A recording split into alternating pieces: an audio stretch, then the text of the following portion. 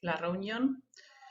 Ahora sí, bueno, buenas tardes a todas, bienvenidas. Muchísimas gracias por estar nuevamente aquí en este nuevo encuentro de la Escuela de Formación Política para Mujeres del Observatorio Julieta Lanteri con el apoyo de Fundeco y la Fundación Frederick Ebert. Les vamos a dar la bienvenida a la profesora Melissa García. La voy a presentar. Melissa Sol García es abogada de la Universidad de Buenos Aires, tiene un posgrado en Género y Derecho con Diana Maffia como docente. Es fundadora de Abofem Argentina, una asociación de abogadas feministas dedicadas a la igualdad de género y la desconstrucción del derecho a través de la perspectiva de género.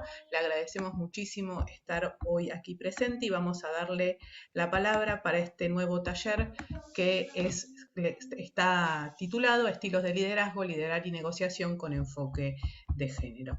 Muchísimas gracias, Melissa, por participar de la escuela. Te damos la palabra. Luego de la exposición de la profesora, como siempre, vamos a abrir los micrófonos para la conversación y el intercambio respecto de estos temas. Muchas gracias, Melissa, y te escuchamos. Muchísimas gracias a ustedes por la invitación. Siempre es un placer compartir espacios con compañeras como ustedes.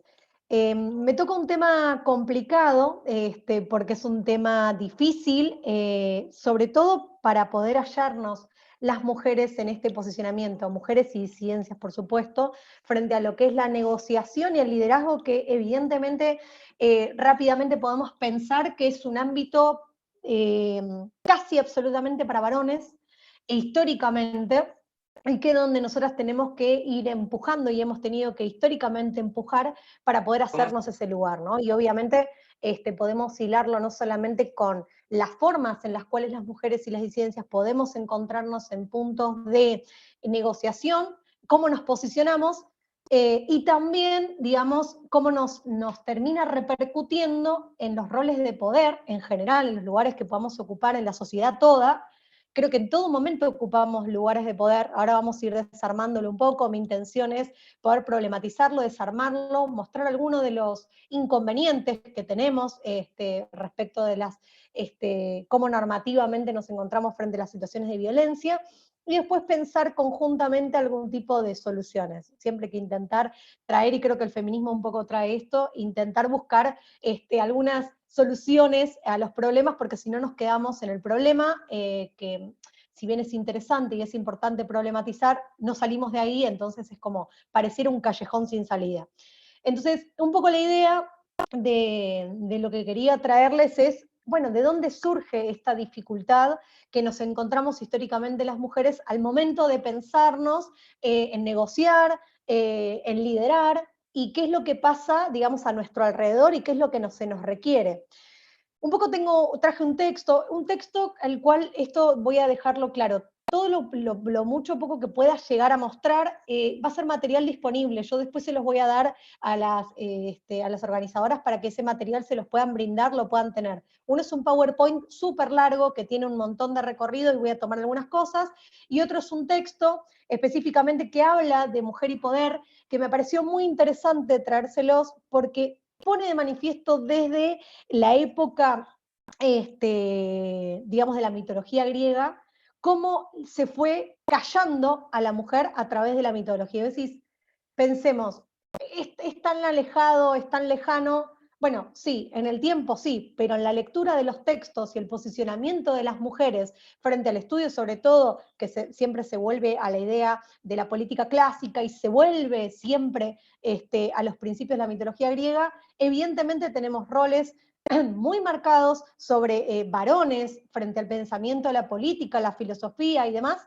y el lugar de la mujer totalmente relegado. Bueno, un poco este texto trae esta cuestión de cómo la mujer es silenciada, ¿sí?, a través de la mitología griega, ¿no? Sí, y esto del silenciamiento me parece muy importante, porque es un silencio manifiesto. Las mujeres no es que hemos tenido, digamos, oportunidad de hablar y no ejercimos ese derecho, no. Hemos sido silenciadas de una manera manifiesta, y eso se fue de alguna manera desarrollando históricamente, lo cual nos trae ahora a preguntarnos si ese silencio sostenido no tiene un antecedente que en definitiva nos termine como demostrando que fue totalmente, si se quiere, adrede, ¿no? Que las mujeres no podamos tener un lugar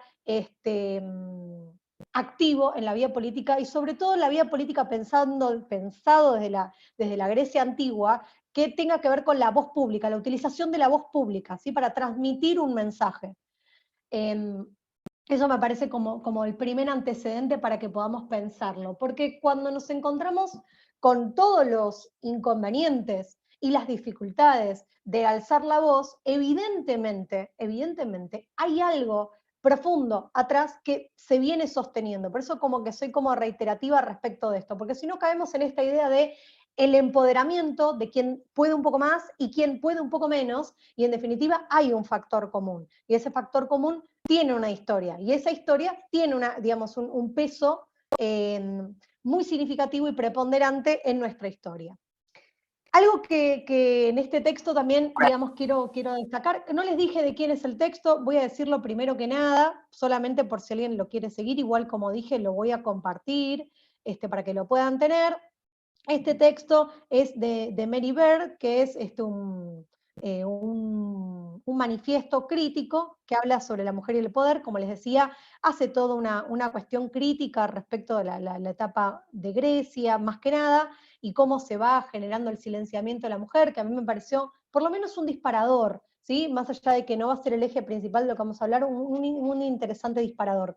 Y hay algo que dice, que lo voy a poner desde mi propia experiencia. Creo que hay algo que tiene que ver cómo nos posicionamos en la experiencia del poder alzar la voz, que tiene que ver con algo que desarrolla respecto a la tonalidad de las voces.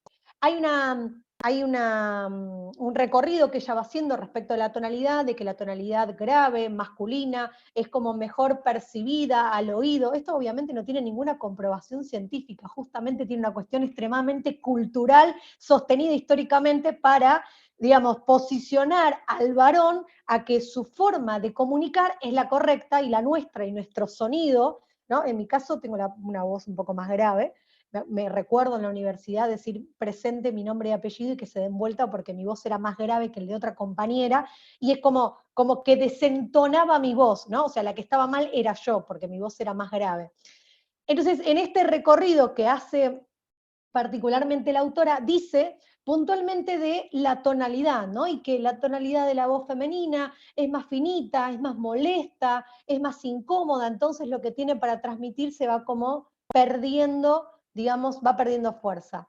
Y esto, si lo ponemos puntualmente en la actualidad, pensemos en los territorios, pensemos en la política partidaria que tenemos, qué tipo de mujeres, ¿sí?, están, digamos, digamos, alzan su voz, y qué tipo de manifestaciones incorporan para que esa voz tenga esa fuerza en una política partidaria. Obviamente la política partidaria no es la única, partimos de la base de que político y la utilización de la voz pública y el poder alzarla tiene un contenido mucho más profundo que la cuestión partidaria, pero muchas veces es utilizada en espacios partidarios como para una fácil identificación, y pensemos esos exponentes históricas, mujeres históricas, y cuando se la destaca, generalmente se la destaca porque tiene una voz grave, porque habla de determinada manera, porque en definitiva tiene menos características femeneizadas, ¿no? Y esto es muy importante también porque es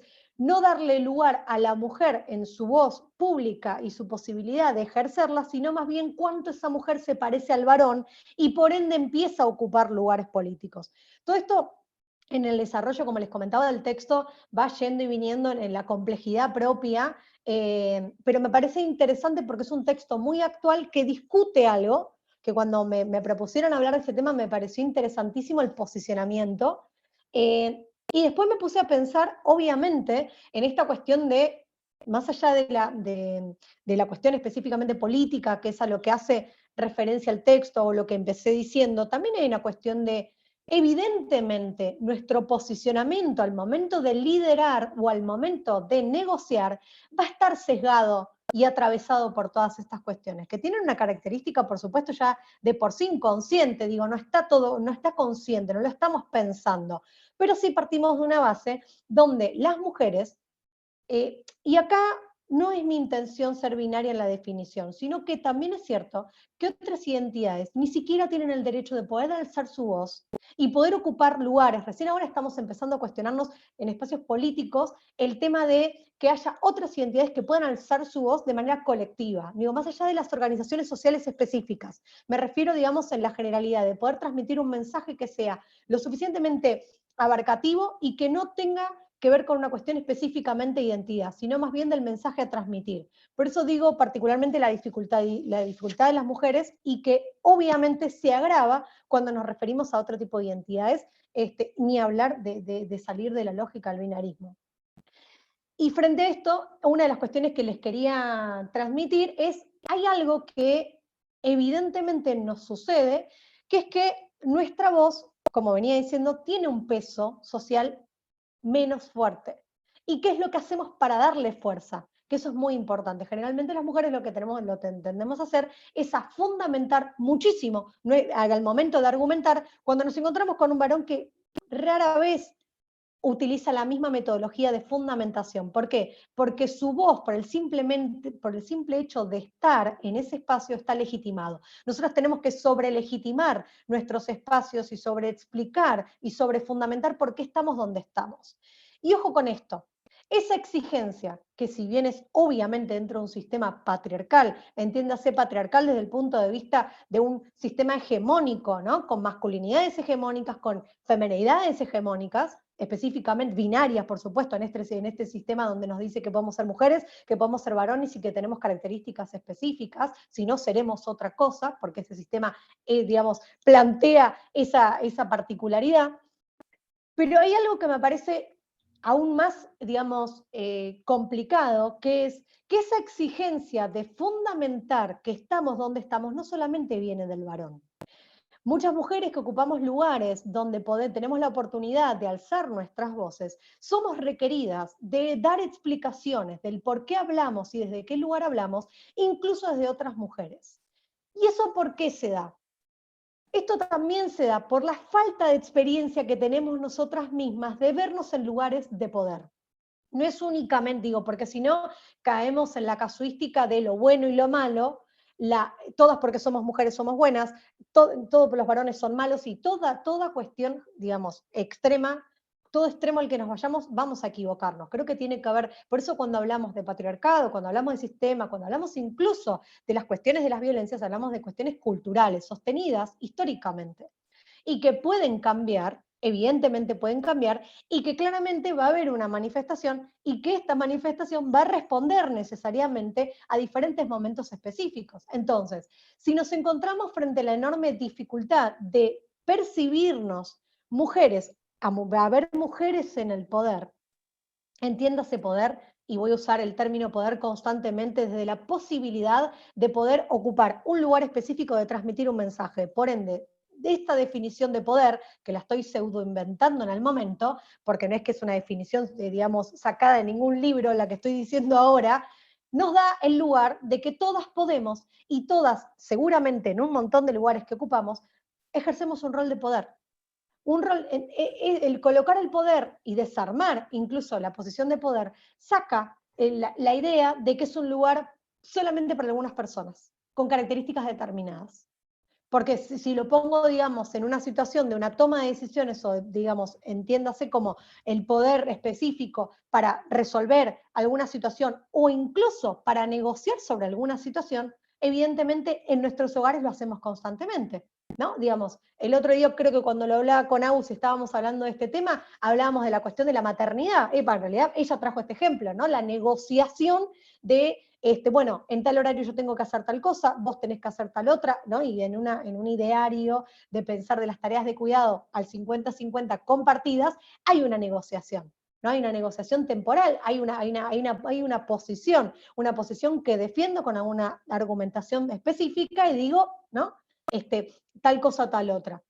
Y esto lo digo de esta manera porque es como de alguna manera como traerlo al cotidiano, sacarle esa connotación lejana, esa connotación de que esto, ¿no? Digamos, esa creencia de que algunas personas que tendrán algunas características específicas podrán. Creo que hay algo que viene sucediendo, que es, por ejemplo, el trabajo de las promotoras territoriales. Voy saltando de ejemplos como para poder, digamos, hacerlo, digamos, que todos nos podamos sentir de alguna manera de que podemos, que nos interpele y ocupar esos lugares, ¿no? La promotora territorial evidentemente hace y cumple un rol específico en el territorio, transmite un mensaje, y ese mensaje y ese rol que ocupa también ejerce, digamos, esa voz pública. Y ahí es donde constantemente hay un liderar, hay una toma activa de postura que hace necesariamente a que nos vayamos posicionando de otra manera digamos, en la esfera pública, ¿no?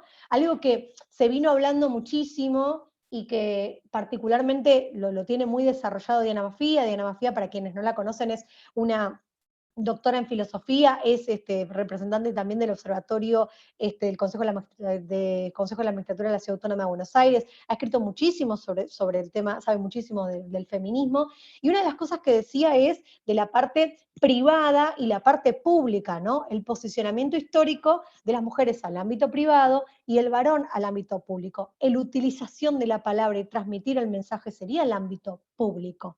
Entonces, esa toma, el hacernos lo propio y entender eso, bueno, nos posiciona necesariamente en otro lugar, y evidentemente al posicionarnos en otro lugar, vamos a ir seguramente encontrando a lo largo, digamos, de los años, como todo suceso no va a ser de la noche a la mañana, pero vamos a ir encontrando otro tipo de herramientas para no tener que sobrefundamentar, ¿no? El por qué estamos donde estamos. Yo me lo imagino en un montón de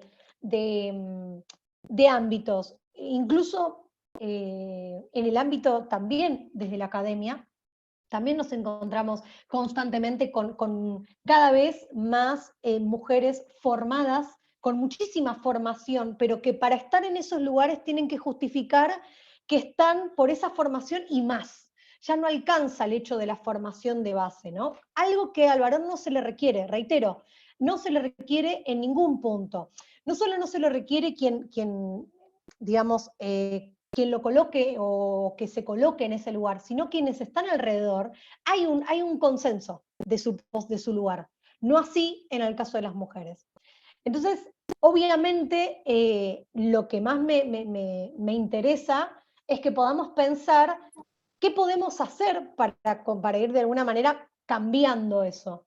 Y un poco trayendo, digamos, como siempre vuelvo, ¿no? Un poco también a la experiencia, porque es algo que me interpela constantemente. Creo que soy yo la que me voy a llevar muchas más cosas de las que se van a llevar a ustedes en compartir las experiencias, porque es una constante y porque evidentemente como abogada, ahora lo digo como abogada particularmente, en el colocarme frente a una audiencia, eh, me ha sucedido y me sucede que tengo que recitar prácticamente la 26485 cuando del otro lado tengo quizás un colega varón que dice cualquier cosa, pero cualquier cosa, ¿eh?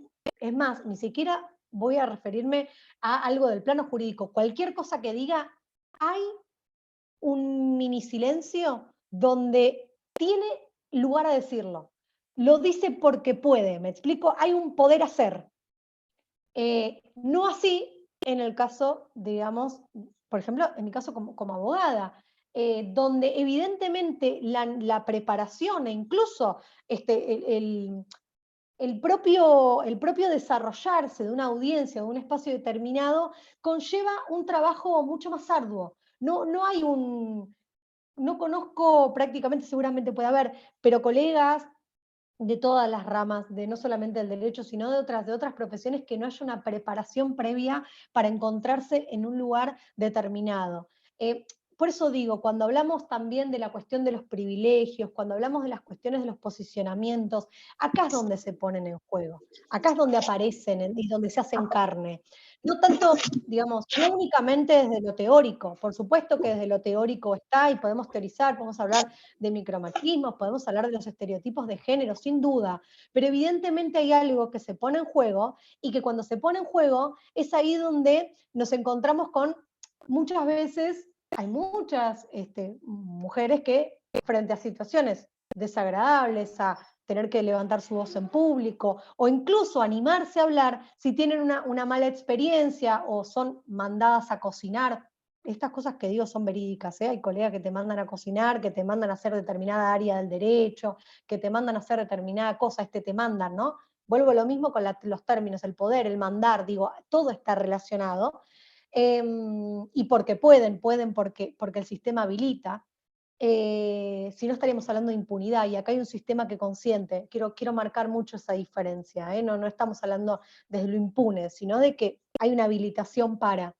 Y hay muchas que silencian sus voces y que dejan de transmitir un mensaje justamente por no creerse acreedoras de brindar un mensaje, porque hay que tener características específicas, ¿no? Un poco lo que les decía el texto, ¿no? La tonalidad, la voz.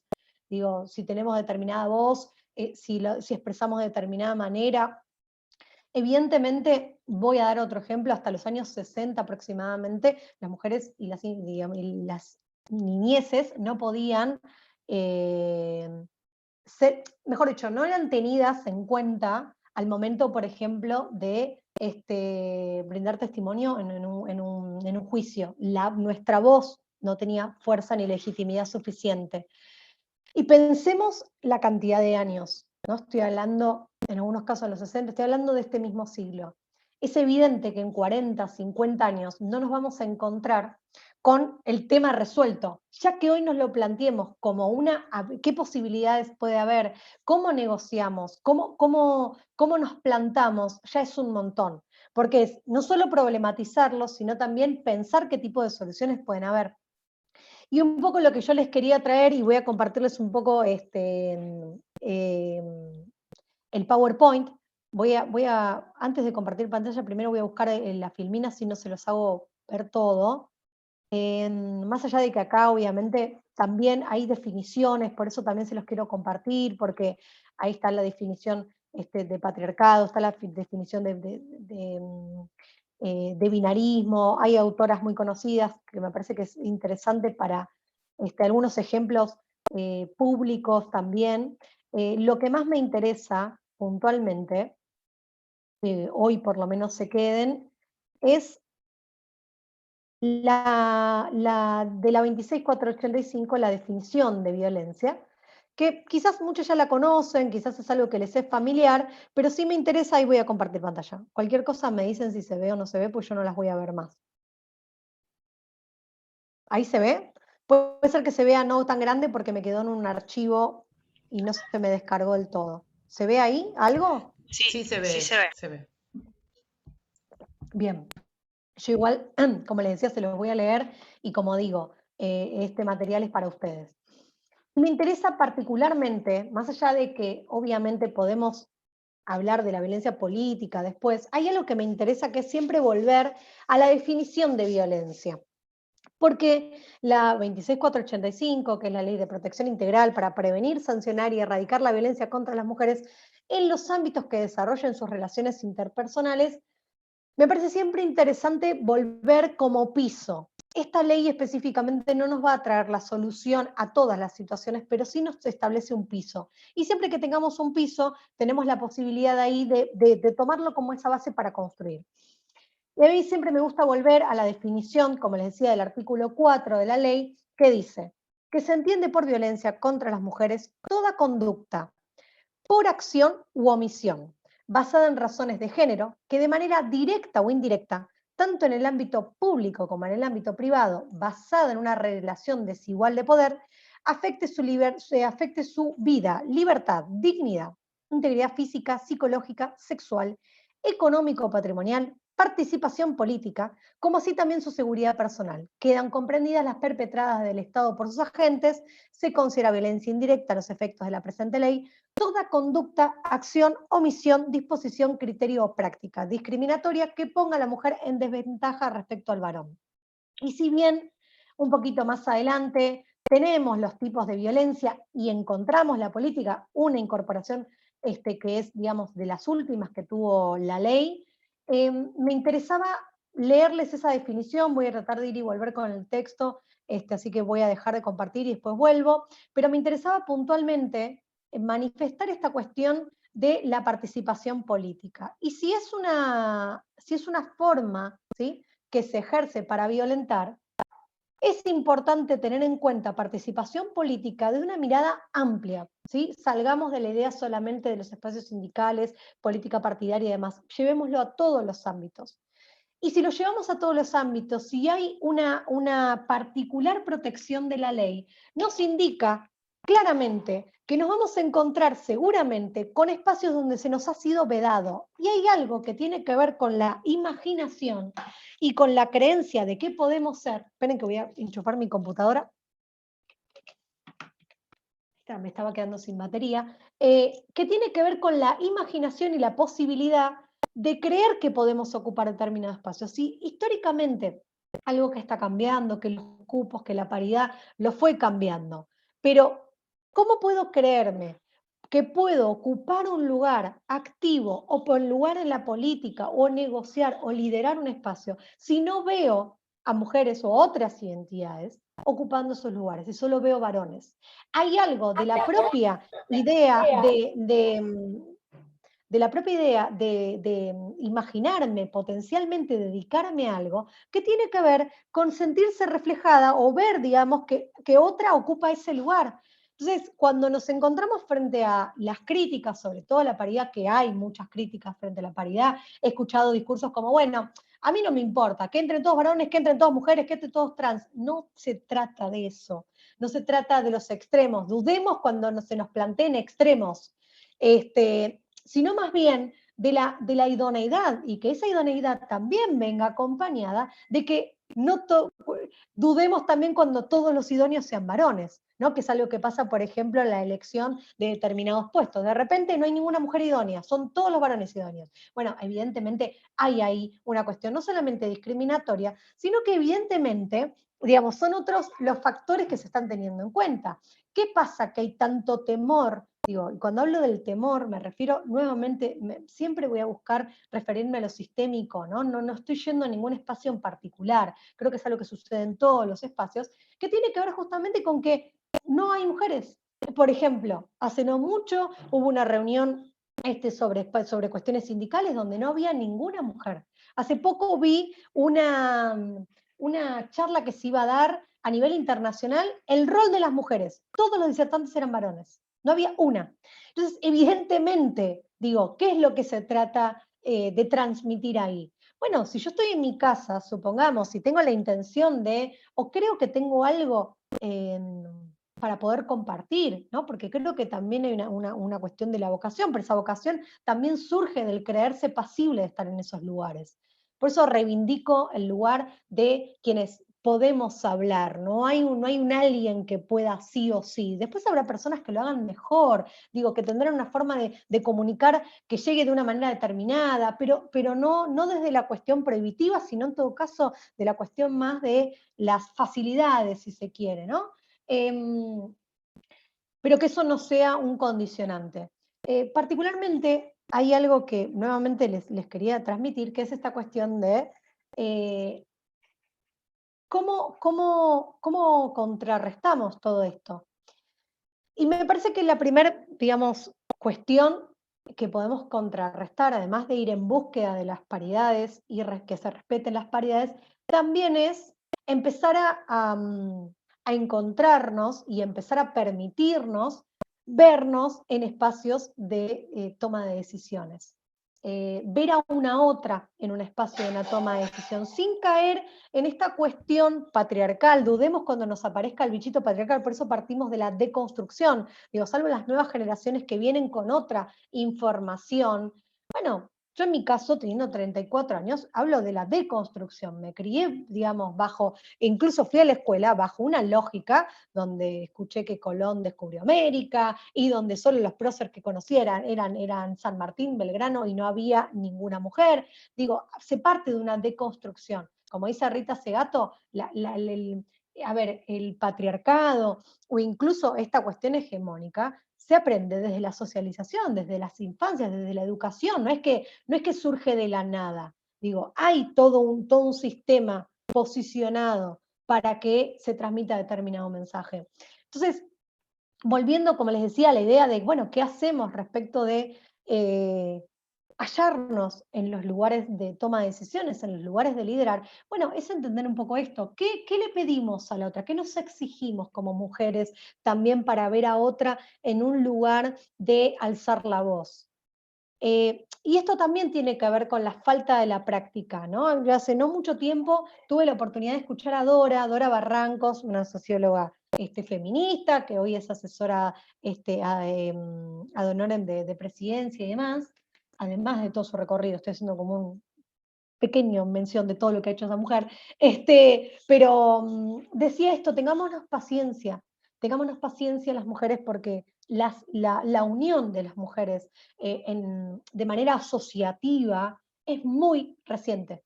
Ella hablaba, por ejemplo, de las asociaciones de generales o de universitarias y demás, y parte de la base de que son de los años 50, 60, no es nada en tiempo. Es más el tiempo que hemos pasado separadas que unidas, pensando en una idea en común, en un camino en común. Creo, y sin desestimar ningún suceso del feminismo ni histórico, creo, y esto es una creencia personal, que un hito particular de la unión es la lucha por el aborto desde el 2018 en adelante. Hay un quiebre social donde nos posiciona, independientemente de los lugares que ocupamos, o incluso las luchas que pregonamos, unió a muchísimas mujeres de todo tipo de edades, todo tipo de edades, a otras identidades por una lucha en común, que fue la despenalización y legalización del aborto. Después vino otro desafío, que es el post-ley, ¿no? Que es algo que estamos viviendo ahora. Digo, ¿qué queda de todas esas luchas? ¿Y qué está pasando con los feminismos? ¿Qué está pasando con las mujeres? ¿Qué está pasando con otras identidades? ¿Qué está pasando incluso con los posicionamientos y las cuestiones de liderar? Particularmente, si ustedes me preguntan a mí, en lo personal y en lo profesional, el desafío al liderar, bueno, es un desafío diario, y yo particularmente me puse un extra, me agregué un problema en vez de sacármelo, que es no partir de la base de la formación académica para hablar, sino más bien encontrar los puntos en común, ¿no? Yo siempre parto de qué tenemos en común más que lo que tenemos, lo que nos separa. Creo que tenemos un montón de cosas en común. Y no solamente en mi caso, en el caso específicamente de ABOFEM, una asociación de abogadas feministas, los puntos que tenemos en común, en principio, es que todas somos abogadas, digo, ¿no? Y eso ya es encontrar algo en común. Particularmente, como les decía, tomé una decisión, también digamos que fue de parte de mi militancia y mi deconstrucción, que es no partir de un desarrollo de mi currículum vitae. ¿Por qué? Porque parto de la base de una cuestión de los privilegios. Quien tuvo la posibilidad de hacer un posgrado, ¿no? Quien tuvo la posibilidad de hacer una maestría, y que esa posibilidad no viene solo dada de lo económico, viene dado si maternás o no maternás, viene dado de las situaciones familiares, si tenés cargas de familia, viene dado por un montón de cosas. Entonces, obviamente, no se crean que no me ha jugado en contra muchas veces, pero fue un posicionamiento hacia adentro, el decir, no parto de la base de que estoy acá porque tengo tantos posgrados o tantos cursos hechos. Evidentemente algo debo haber hecho, sin lugar a dudas, pero no parto de ahí. Parto de lo que tenemos en común. Ese es, digamos, un punto como para transmitir en base a encontrar en principio, un terreno compartido. Porque también pensemos que la cuestión académica nos genera una cuestión asimétrica. Y si hay asimetría, bueno, nos podemos encontrar qué hacemos con esa asimetría. Las asimetrías existen. No siempre nos vamos a encontrar con que la asimetría sea violenta, pero no nos olvidemos que la asimetría de poder y someter a una otra persona es violencia. Entonces, por eso traje particularmente la definición del artículo 4. ¿Puede una mujer violentar a otra? Sí, sin lugar a dudas. Ya no estaríamos hablando específicamente de una violencia de género, estaríamos hablando más bien de la violencia machista, de una seguidilla de determinadas manifestaciones, ¿no?, que hacen que una persona sometiera a otra que está en un lugar de asimetría. Tiene que haber una asimetría. Si no hay asimetría es otra cosa. No me quiero entrar en esa complejidad porque no es propia del tema, pero sí quería traerlo porque muchas veces a mí me han consultado y me dicen, no, estoy en determinado lugar y él no, o por ejemplo en alguna capacitación me lo han dicho, bueno, hay mujeres que son mucho más violentas que los mismos varones, no sé si lo habrán escuchado, es algo que se dice mucho, y son peores que los varones. Bueno, a ver, vuelvo para atrás y vuelvo al principio. ¿Qué nos pasa a las mujeres cuando ocupamos lugares de poder? ¿Ocupamos lugares de poder como mujeres o ocupamos lugares de poder tomando prácticas patriarcales, hegemónicas, que están pensadas para el varón y ahí encarnamos ese rol? Y eso es re importante pensarlo. Es re importante pensarlo porque donde lo pensemos y donde estemos podemos generar una diferencia. No hay un lugar específico y eso nos va a posicionar seguramente frente a la negociación. Voy ahora yéndome a la negociación específicamente. La negociación es una de las cuestiones más complejas porque en algún punto nos encontramos también frente a un hito que el que negocia es el varón. La mujer no negocia o la mujer negocia mal, ¿no? Vuelvo a una cuestión de que es esto también parte de una cuestión hegemónica y una cuestión impuesta. Sinceramente no tenemos una estadística real que diga que la mujer negocia mal. Y si tuviéramos una estadística, yo me preguntaría, primero que nada, cuando veo esa estadística, primero quién la hizo, y segundo es, ¿cuántas mujeres tuvieron la posibilidad de formarse en negociación o tener lugares para negociar? Porque si no, partimos siempre del mismo lugar, de justamente la imposibilidad de llegar, o creerme de alguna manera como no me sale una palabra más que no sea acreedora. Bueno, me viene esta palabra ahora, ¿no? Como no creerme pasible, no creerme acreedora de poder detentar ese espacio. Y ahí, puntualmente, hay otra cuestión que también se entrecruza, que es específicamente la violencia simbólica, y que tiene que ver justamente con cómo se nos menciona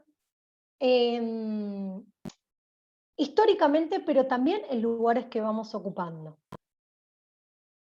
a través de los medios de comunicación. Pensemos un segundo, más allá de que es más propia de la violencia política lo que voy a decir este ejemplo, pero como para poner un ejemplo, cómo se trata, por ejemplo, a las precandidatas a un cargo político y cómo se trata a los precandidatos. Las menciones a sus personas son totalmente distintas si nos vamos a referir a una mujer o si nos vamos a referir a un varón que detente un espacio específico en la política. Incluso independientemente de si estamos a favor o no de la plataforma que puedan presentar, en mujeres vamos a escuchar cosas como, y no voy a nombrar a ninguna, solamente lo van a saber cuando lo mencionen, que es una que es borracha, que tiene problemas con el alcohol, o sea, que es alcohólica, que es loca, que es histérica, todas esas cuestiones que no las escuchamos ni en el peor escenario cuando escuchamos hablar de un candidato, precandidato o exfuncionario en algún lugar, digamos, de la política argentina. Esto pasa también en el mundo, por supuesto, no es lo que pasa solamente en nuestro país. Pero evidentemente, cuando alzamos las voces, somos histéricas. No nos gusta nada, ya no se nos puede decir nada. Si de repente nos enojamos y ponemos un límite, esta está loca, está pasada de revoluciones, no la escuchen. Y eso, queramos o no, va construyendo una idea de no alzar las voces. Hay muchas mujeres que empiezan hablando, por ejemplo, discursivamente, que advierten no ser locas, no estar sacadas, ni demás, porque hay un preconcepto, ¿sí? Que es como el manto con el que se empieza a hablar. Y partimos ya desde la desventaja. Partimos de que tenemos que justificar lo que vamos a decir. No es válido lo que vamos a decir, sino que primero viene la justificación y después potencialmente funcionará o no funcionará lo que tenemos para decir. Y obviamente acá me viene otra cuestión que también lo deben haber escuchado, que se da mucho en las mesas específicas de discusión, en las mesas sobre todo locales, en realidad en todas, pero pongo por ejemplo las mesas locales y demás. Una mujer dice algo, un concepto y demás, interrumpe a un varón, termina la frase, y cuando termina la frase se hace referencia o se vuelve al concepto que menciona el varón y sin importar lo que dijo la mujer, ¿no? Todo lo que conocemos, por ejemplo, como el mansplaining, entre otras tantas modalidades en este último tiempo se han hablado muchísimo. Pero ¿cuál es el problema atrás de eso? Además de que es una desacreditación total y obviamente es violencia y obviamente, digamos, entra en todo esto, esta cuestión que veníamos mencionando, hay algo que es un factor en lo personal y en lo psicológico que es justamente silenciador y es un adoctrinamiento. No hablo porque si Pepito va a decir 3 palabras más, van a mirarlo a él. O no sé si les ha pasado, por ejemplo, de estar hablando en un lugar y que no las miren a los ojos. El quitarle la mirada o miren al varón más cercano. Bueno, eso también tiene obviamente una significancia muy fuerte, simbólica muy fuerte, que obviamente va a hacer que todo ese concepto que podía venir atrás se empiece como a disminuir. Entonces, la pregunta sería, ¿tenemos, digamos, formas de fundamentación que son poco válidas o en definitiva la desacreditación hacia nosotras es tan habitual que evidentemente se empieza a desarmar y se empieza como a diluir un poco la fundamentación? Porque evidentemente cuando un varón habla, diga lo que diga, hay un prestar atención a su discurso. Ya sea para después cuestionarlo o no cuestionarlo, hay un prestar atención. ¿Qué pasa cuando uno no le presta atención? Por ejemplo, doy un ejemplo también que me ha pasado en muchas oportunidades, que tiene que ver con las audiencias. Se le da la palabra al varón, o incluso se genera como una cofradía con el abogado varón, porque a veces, obviamente, en el ámbito legal también está poblado de muchos abogados, hombres, jueces, hombres, conciliadores, mediadores, varones, ¿no? No porque no existan mujeres, pero hay en algunos ámbitos donde solamente nos encontramos con varones y donde eso también hace un debilitamiento. Y también hay otra cuestión que tiene que ver con la negociación y algo que tenemos que cambiar, que es con la elección de quienes queremos que nos representen. Hoy, cuando buscamos perspectiva de género, sí está cambiando y se está pidiendo y solicitando que sean mujeres y abogadas feministas que acompañen, pero en determinadas cuestiones se sigue eligiendo varones. No, porque yo necesito ganar esto como sea, no me importa, y van, eligen un abogado varón. O, por ejemplo, para situaciones de familia, elegir un abogado varón. Ahora, ¿vamos a culpar o nos vamos a ofender con esa mujer que fue a buscar un varón para que la defienda? ¿O vamos a entender que es parte de este sistema y que es propio de esta cuestión de que yo, no me acuerdo, hace un poco lo dije en una actividad, esta cuestión de la ropa, ¿no? De la corbata como garantía de confianza.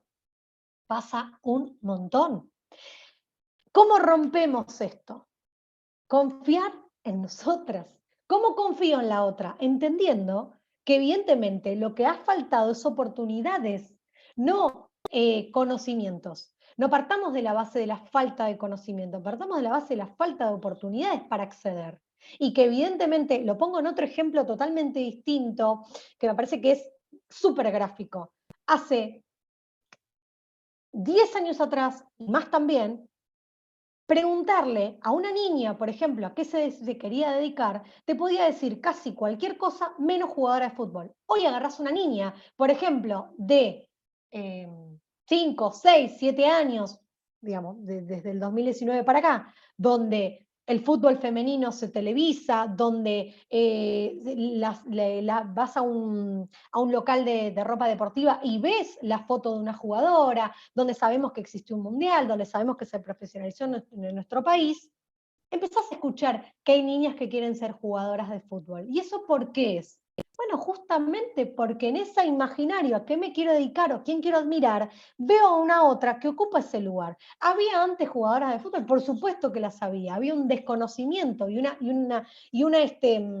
una un cercenamiento por parte del sistema de la mujer que ocupe, por ejemplo, un rol profesional como jugadora de fútbol en nuestro país, como también en otros países.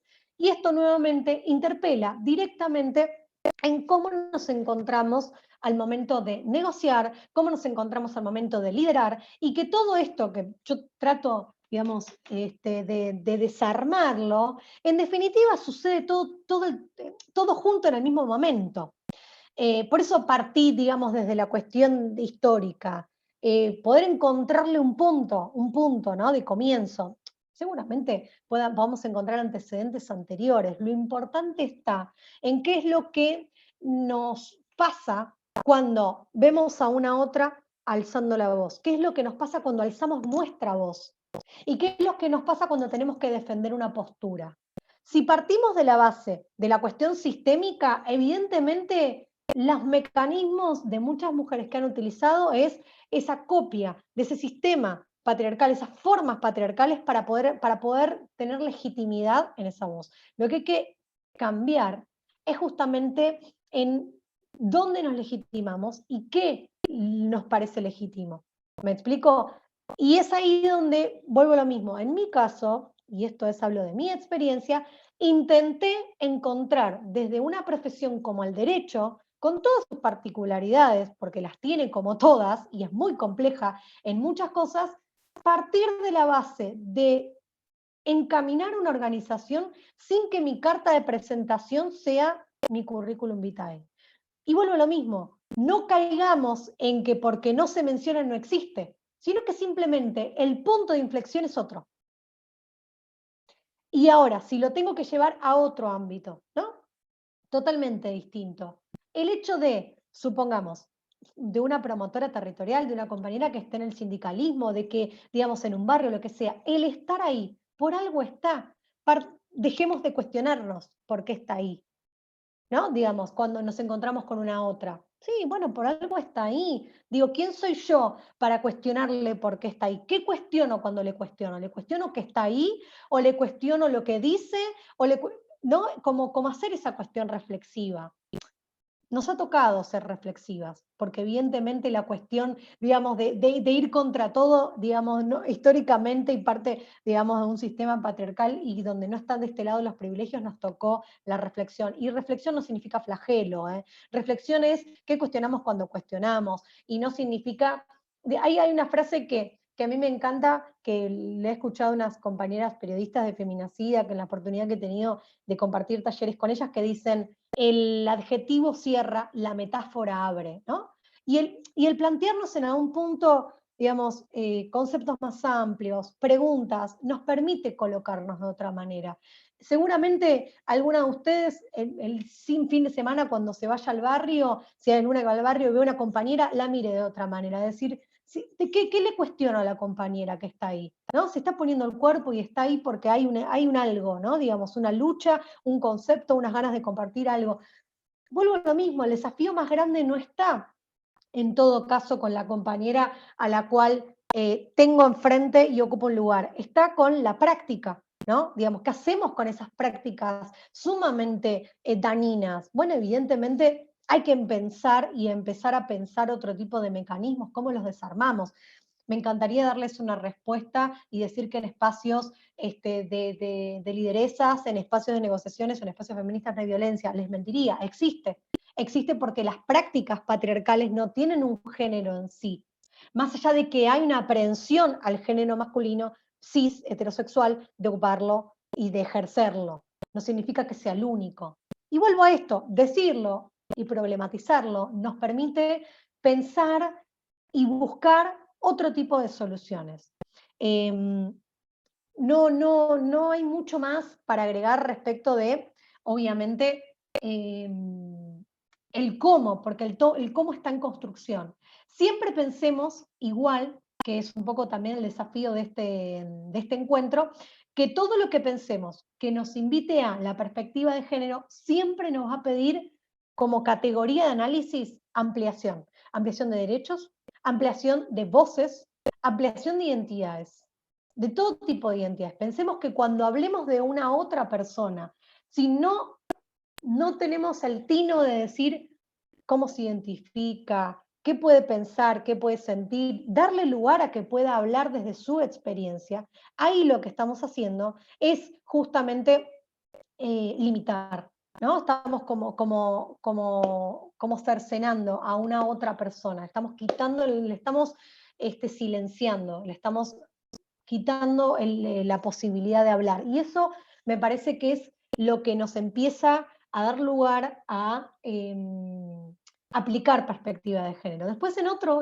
orden de ideas, cuando tenemos que pensar en la negociación más que nada y en la fundamentación, siempre acercarnos a la normativa más amigable respecto de eso, ¿no? Saber que esta cuestión de la perspectiva de género no es un invento, no es una cuestión de tribunales o el Congreso y digamos en la lucha únicamente de las pibas en la calle cuando podíamos estar en la calle, no. Hay normativa, en el PowerPoint lo van a ver, yo no quiero abusar de mi internet, que es malísimo, y entrar y salir con el tema de compartirles pantalla, pero está ahí en la primera parte donde hace un recorrido normativo, desde qué época tenemos, por ejemplo, la CEDAW, ¿sí? Que es el Tratado de Derechos Humanos incorporado en nuestra Constitución Nacional en el artículo 75, inciso 22, donde menciona digamos, la erradicación de toda forma de violencia hacia las mujeres. ¿Y por qué digo esto? Porque también mucho del desacreditar, y esto que les digo no es solamente en las calles, hay jueces que ponen la palabra ideología de género para fundamentar y quitar contenido y solvencia y fundamentación, incluso a los mejores escritos que se puedan imaginar. No caigamos en eso, ojo con eso, ¿no? Digamos, que también agudizar nuestros oídos cuando escuchamos una cuestión de no, la ideología de género. No, ninguna ideología. No. Primero que no es algo de hace 2, 3 años, sino que está históricamente planteado en las normas, tienen jerarquía constitucional, deben aplicarse la perspectiva de género en un montón de espacios. Obviamente que hay cada vez más exigencias, y que dentro de esas exigencias lo que justamente se exige es esto, ¿no? Pensemos a la perspectiva de género como una categoría analítica. ¿Qué significa esto? Es una categoría específica de analizar de una manera determinada, con amplitud, y lo voy a graficar, colocarse los lentes, que siempre le llaman los lentes violeta, y ver y percibir la realidad de otra manera. No se trata de crear y crear normas. Argentina es un país que a lo que es en el plano normativo tiene un gran desarrollo, de los mejores a nivel latinoamericano. No significa que no caigamos en la discriminación, la falta de aplicación, digamos, como debe ser de las normas, una mala utilización de la perspectiva de género o incluso una fundamentación pobre, ¿no? en algunos espacios. Por eso cuando vayamos a aplicar la perspectiva de género, a pensar la perspectiva de género, siempre pensémosla desde el punto de vista de la amplitud y de la diversidad de voces, ¿no? Y creo que hay algo que también es importante, que lo que tiene que ver, desde mi punto de vista también de los feminismos, es no caer en esta cuestión de silenciar otras voces, dar lugar a esas otras voces, a esas otras personas que tienen algo para decir. Y hay algo que también reivindico y mucho, que es la experiencia. Somos historia de nuestra, digamos, de un pedacito de historia en un momento determinado, en un lugar determinado, pero de nuestra propia historia en nuestra vida, que nos lleva a un lugar determinado. Si bien no todos los lugares nos permiten historizar, el historizar es algo que hay que reivindicar. Y lo voy a poner en un ejemplo legal y después lo voy a poner en otro ejemplo. Cuando nos referimos a cuestiones particularmente de violencia de género, y hay una cuestión de plasmar los hechos, si no historizamos la violencia, nos quedamos con la punta del iceberg, el último momento del estallido. Si el estallido, por ejemplo, de una situación de violencia física fue hace un montón de tiempo, la justicia, si no historizamos, dice, bueno, no hay riesgo, entonces no damos determinada medida porque no hay nada que proteger ahora.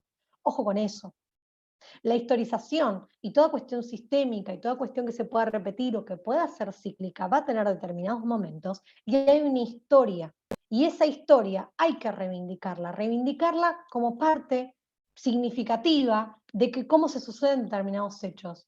Es un enorme desafío, pero también nos da pie para poder, si se quiere, negociar y si se quiere, liderar. No escapa de ningún lugar. ¿Por qué? Porque en todos hay un factor común que es la fundamentación. Sin duda vamos a fundamentar, depende del lugar donde nos encontremos, de manera distinta, sin lugar a dudas. Imagínense que si tienen que dar un discurso y se ponen a fundamentar, digamos, a historizar, no sé, desde que una comienza en adelante, obviamente se perdió todo ese tiempo, o si tenés que, digamos, negociar sobre una situación determinada, obviamente no vas a tener el tiempo para poder plasmarlo, pero sí tenerlo presente. Tenerlo presente desde el punto de vista de que hay algo que nos coloca donde nos coloca. Ese lugar que nos coloca nos da determinadas herramientas para hablar de determinada cuestión. Y creo que esto es instalarlo de manera colectiva, la historia. ¿Sí? Pero vuelvo a lo mismo, la historia en este término, en este punto. Esto no va en detrimento, por supuesto, de todos los demás argumentos normativos o incluso de todo tipo, pero sí como componente fundamental. Porque si no, cuando hablamos de las situaciones donde históricamente estuvimos cercenadas, donde hablamos de violencia y nos comemos la parte de historizar, caemos en lo mismo. Caemos en esta cuestión de hacer un recorte de esa persona y como si pongo el dedo mágico y estás ahí y mañana no estás. Que es un poco la cuestión patriarcal del aislar.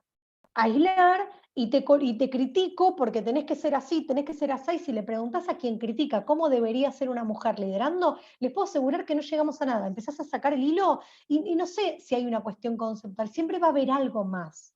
Entonces, para mí, cuando aparece ese algo, ese ovillo que no terminamos nunca de desarmarlo, evidentemente hay otra cosa que esa otra cosa variará seguro, pero que vuelvo, cuál es mi punto de inflexión, que es Adora Barrancos, que es tengámonos paciencia, porque evidentemente no estamos acostumbradas a estar asociativamente con la otra, escuchar a la otra, ocupando un lugar de dar la palabra, el hablar de determinada manera, la voz pública, volviendo al momento, si se quiere, de esa idea griega, ¿no? De la voz pública, de pregonar la palabra, de compartir la palabra.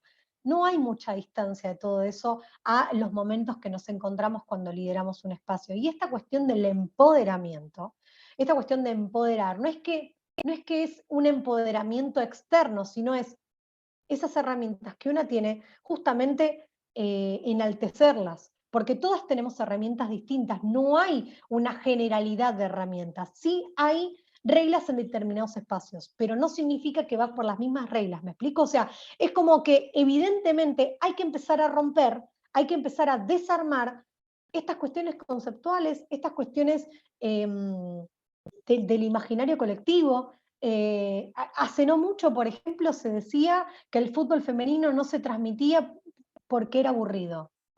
Sin embargo, digo, ¿qué tiene de distinto? De verdad, vamos a pensarlo, ¿qué tiene de distinto? Lo que tiene de todo de distinto es que es una mujer pateando una pelota. Tiene todo de distinto, es un gol, pelotazo al patriarcado, al macho hegemónico en corriendo la pelota, que es una idea de masculinidad plantada, el macho rompe con eso. Bueno, esto lo puedo llevar a cualquier lugar. Por ejemplo, imaginarme a una compañera en un espacio específico de gremios que son pensados únicamente para varones, hablando para todas. ¿Qué diferencia hay? Lo mismo.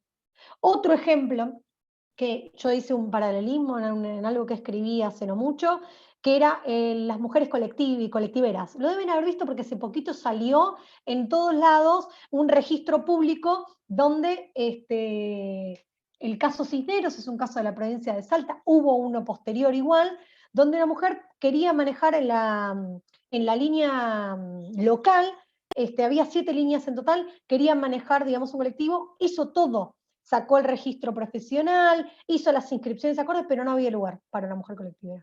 No había ese lugar, porque ese lugar es vedado para varones. Es pensado única y exclusivamente, vedado para mujeres, pensado únicamente para varones. Entonces es ahí donde empiezan excusas, donde cuando las desarmamos son discriminatorias, son violatorias de derechos, digamos, van en contra de las cuestiones de género y demás. Y pensémoslo también en otros ámbitos, que es esto, el sindicalismo, la política, en la negociación. Si cerramos todos 2 minutos los ojos y yo les digo, pues imagínense a la persona, la mejor, a ver, ¿quién podría ser la mejor persona negociadora? Si hacemos fuerza, seguramente nuestra imagen, si conocemos a alguien, pueda ser un varón o nos aparezca un varón. Rara vez aparece una mujer, salvo que tengamos alguna a la cual, digamos, una a seguir. Quizás en la política partidaria es más fácil porque hay algunas mujeres muy destacadas, ¿no? Digamos, en roles muy específicos. Pero no así en otros ámbitos. Les digo en el ámbito sindical, si cerramos los ojos, imagínense a la persona sindicalista. Seguramente haya una pechera, una particularidad del gremio específico y no sea una mujer a la que imaginemos. Eso es justamente donde la vara empieza a aumentar y donde nos empezamos a requerir cada vez más, porque esos lugares no han sido pensados para nosotras. Entonces, todavía nos encontramos rompiendo, nos encontramos como, ¿no? Como yendo contra la corriente. Y vuelvo a lo mismo, más allá de que existan las normas, no alcanza que haya paridad, no alcanza que haya cupo, no alcanza si evidentemente la tolerancia o incluso las prácticas de una mujer ejerciendo determinados roles sigue siendo patriarcal. No alcanza.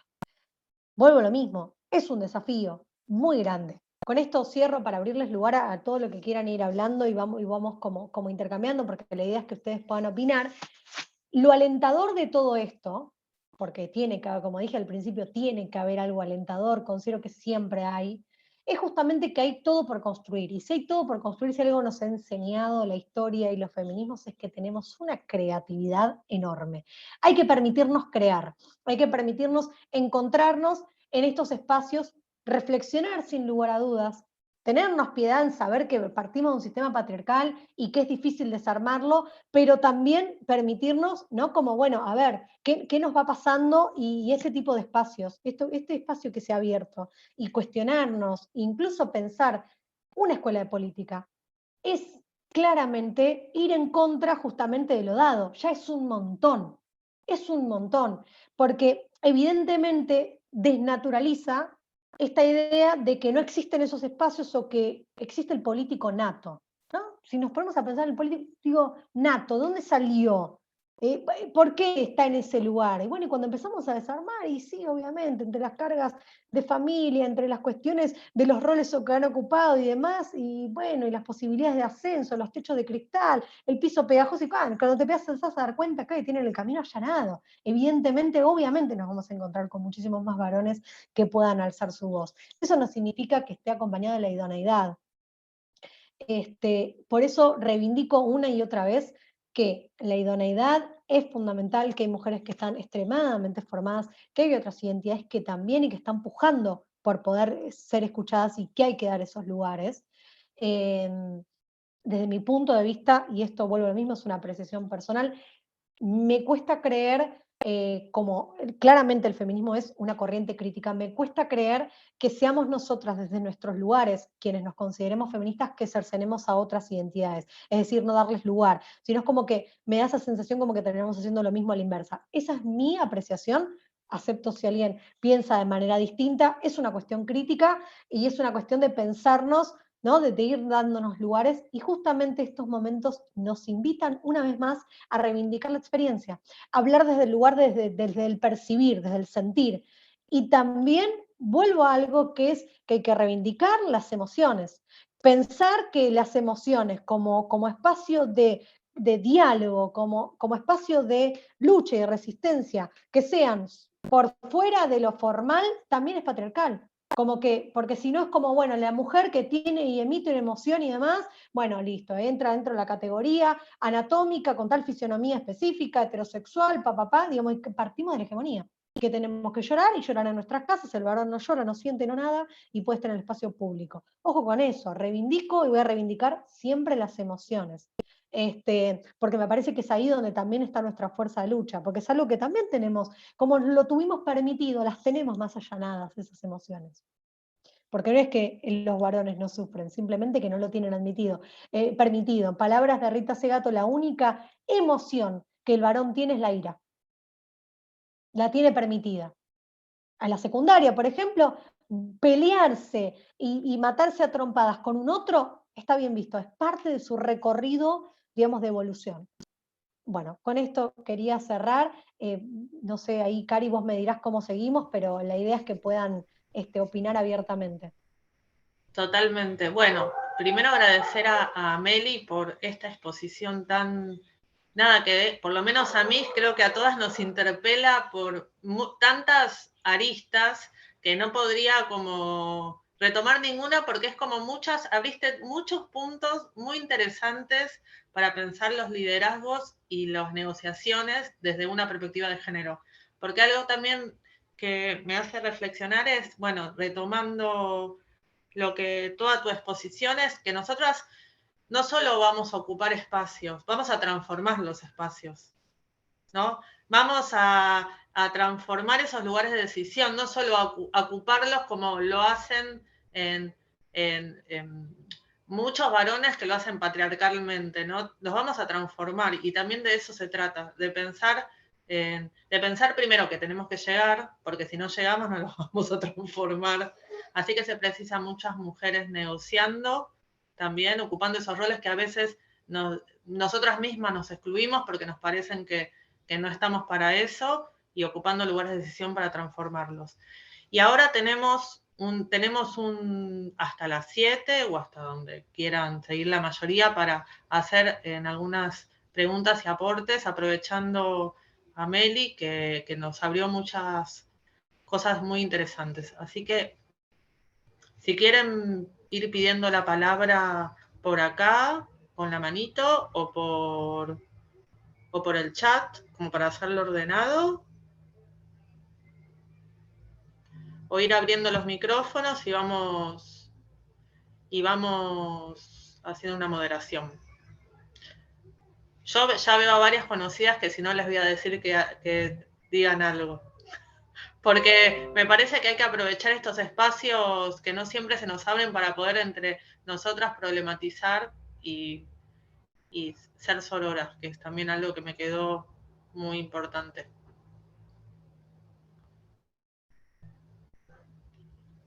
Nancy, te doy la palabra. Hola, buenas tardes. En realidad quería brevemente comentar algo que nos pasó la semana pasada en una reunión de trabajo donde estábamos con 2 ingenieros y con una ingeniera, y bueno, con la característica de que esta persona, mujer ingeniera, es la jefa del área, y en la charla de trabajo, yo, más allá del tema muy importante, pero conté mentalmente, las veces que ella pidió disculpas porque interrumpió en la reunión a estas 2 personas, a estos 2 varones ingenieros.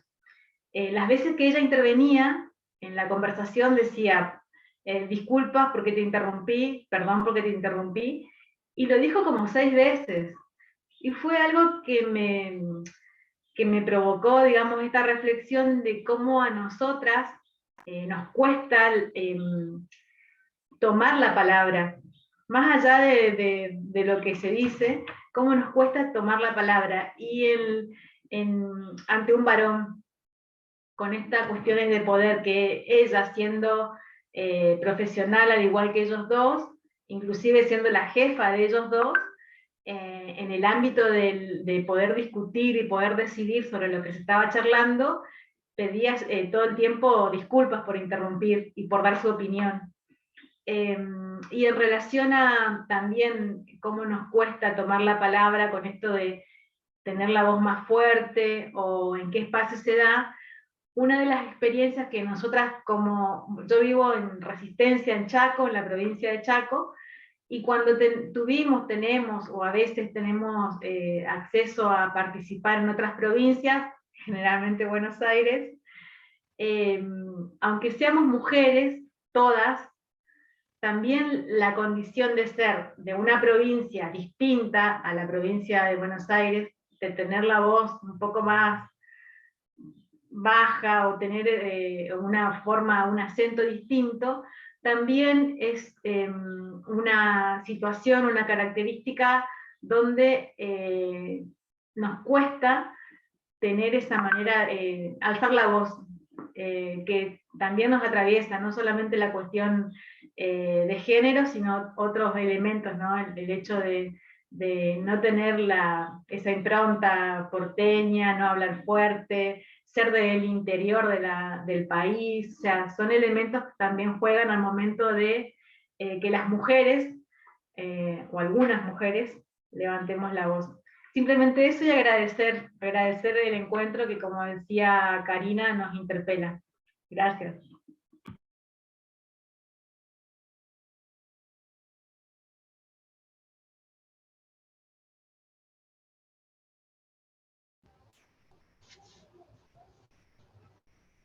¿Alguien más?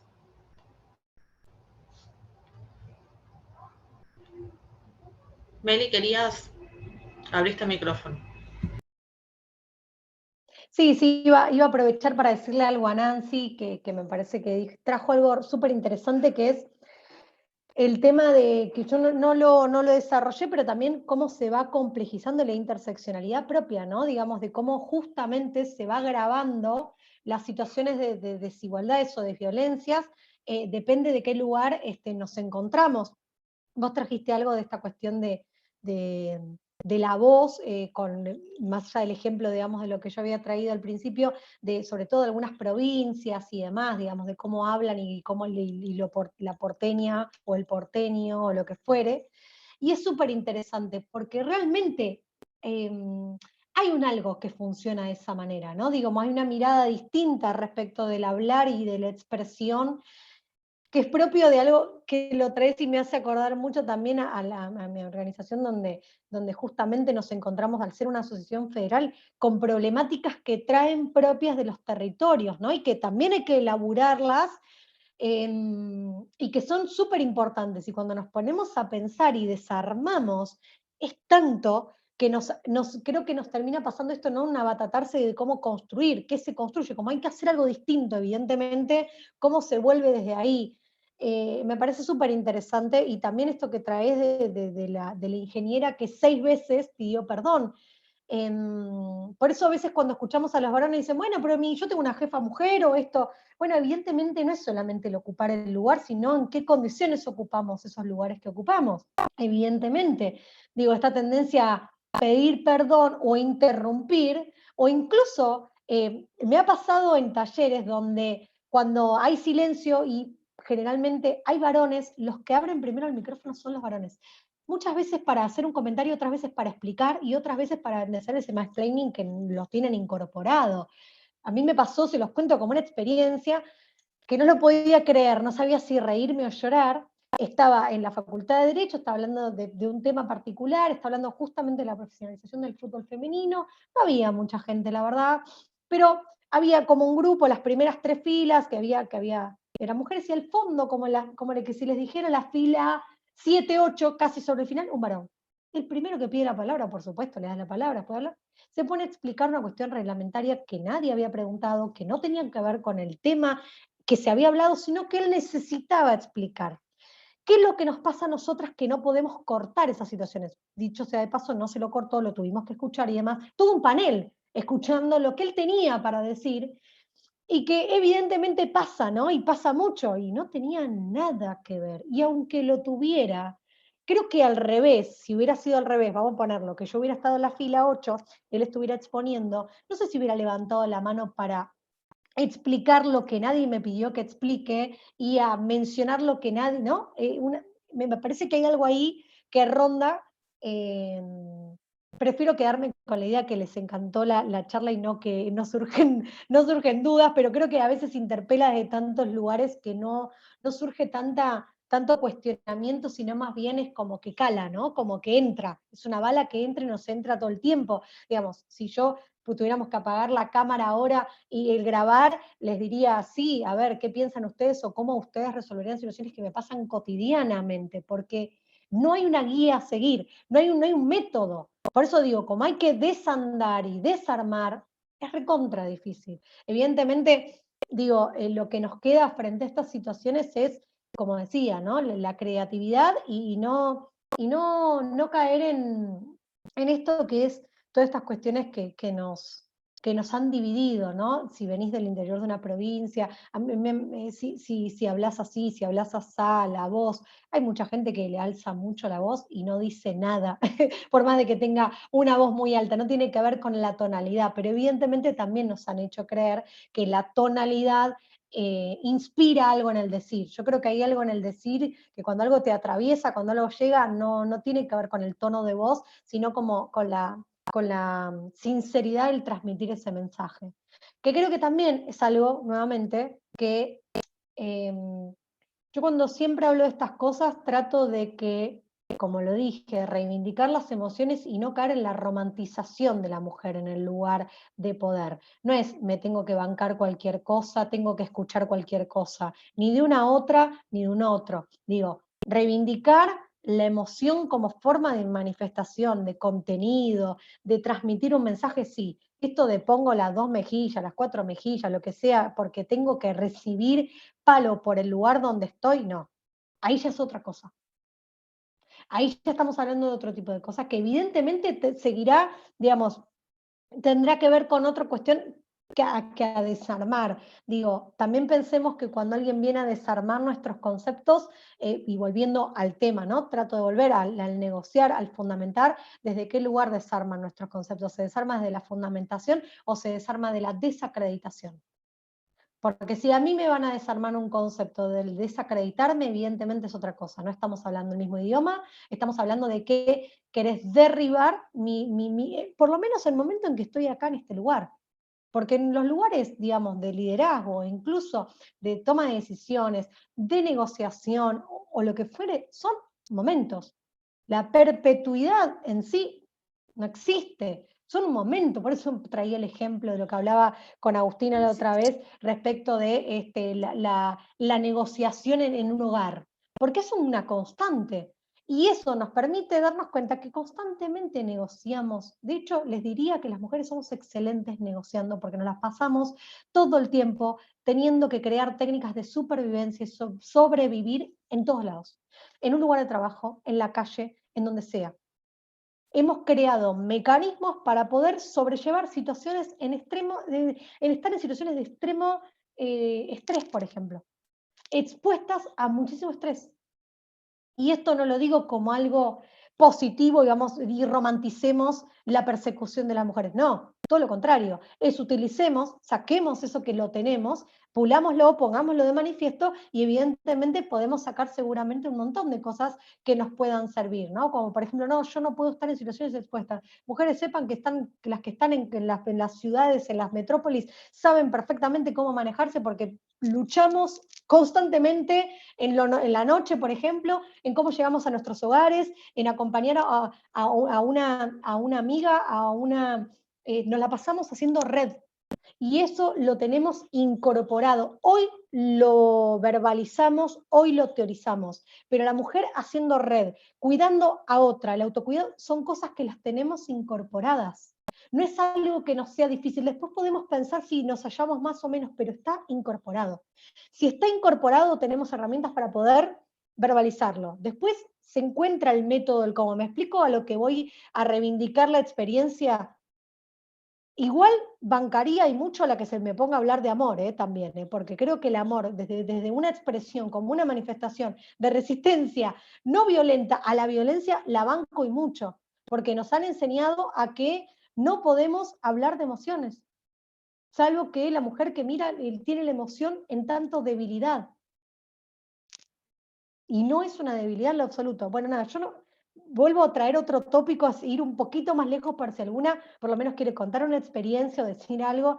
A mí me gusta que estos espacios sean de intercambio. Realmente son tan ricos estos intercambios cuando nos lo permitimos que todas nos llevamos algo. Es ganar para mí en este sentido. Porque no considero, más allá que la cuestión normativa, un PowerPoint o un texto, que esté diciendo algo que ya esté resuelto o que incluso ya está, nada, ya está dado, es un hacer, entonces está todo por crearse ahí. Absolutamente. ¿Alguna compañera más? ¿Alguna quiere compartir? Porque lo que dice Meli es muy cierto que Maju. Sí, ¿cómo están? Buenas tardes.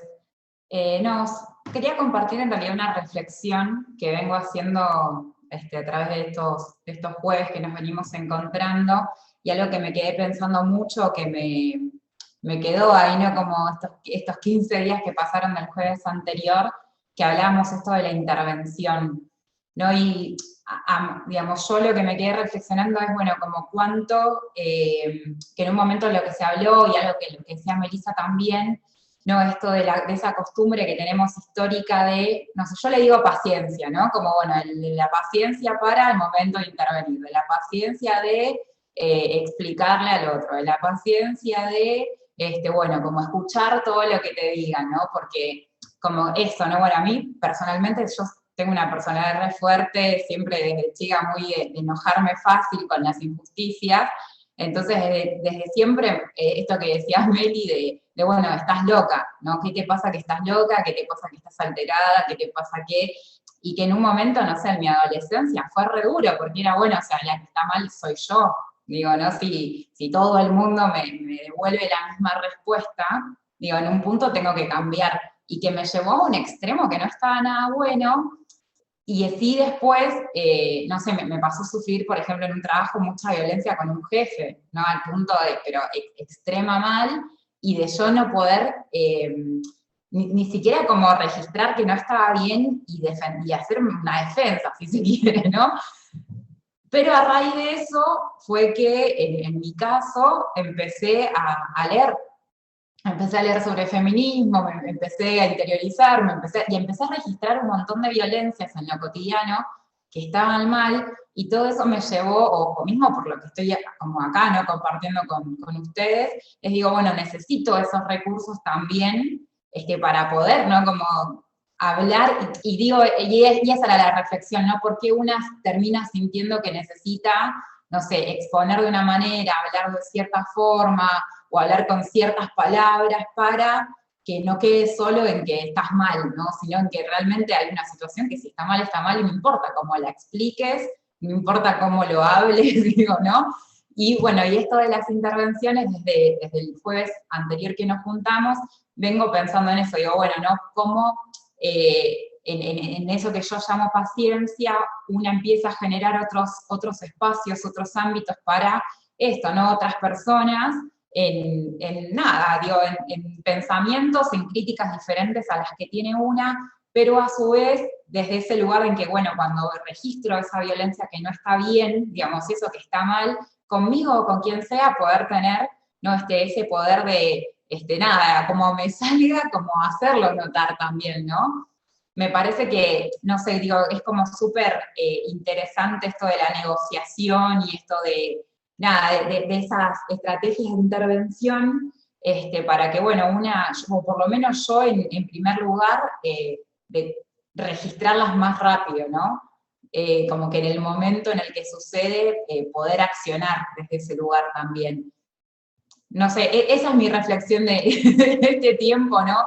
Que venimos compartiendo, y ayer puntualmente también a raíz de nada, un problema familiar y que involucra mucha burocracia, sobre todo con sanatorios, hospitales, clínicas, obras sociales, ¿no? Que es re duro, y eso creo que se ve un montón, sobre todo en las mujeres. Ayer puntual estaba en un sanatorio y éramos muchísimas mujeres intentando tener una respuesta de gente nada, que te ninguneaba básicamente, ¿no? Te respondían mal, ¿no? Y eso, y como que hasta que una, no sé, yo me planteé 8 horas en esa clínica hasta que logré que alguien me dé una respuesta concreta, ¿no? Pero digo, porque, no sé, yo ayer lo que sentía y viendo las realidades de otras personas que estaban ahí, decía, bueno, no sé, como cuántos de ellos y ellas quieren levantar la voz y no se están animando, porque en ese momento de tener que bancar es eso, ¿no? Es como, bueno, bancar que me pasen, no sé, con 20 personas diferentes, pasearte 8 horas por un hospital, es como re dura esa realidad, y en un punto ayer sentí eso, dije, bueno, como es el lugar tal vez más privilegiado de poder, no sé, haber arreglado el horario en el trabajo, de poder no haber ido a trabajar al otro lugar, de haber tenido un compañero que me banque, y un montón de situaciones que se dieron ayer, para poder como defender a una persona en todo un sanatorio inmenso, ¿no?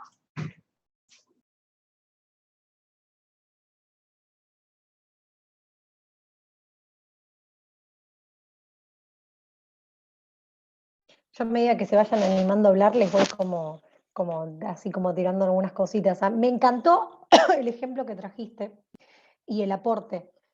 Trajiste, digamos, algo que es algo que me da la sensación que nos pasa mucho a las mujeres y siempre reivindico también, que es la resiliencia, ¿no? Esta cuestión de tomar de la experiencia y del padecimiento una postura positiva y hasta incluso restaurativa de esa situación.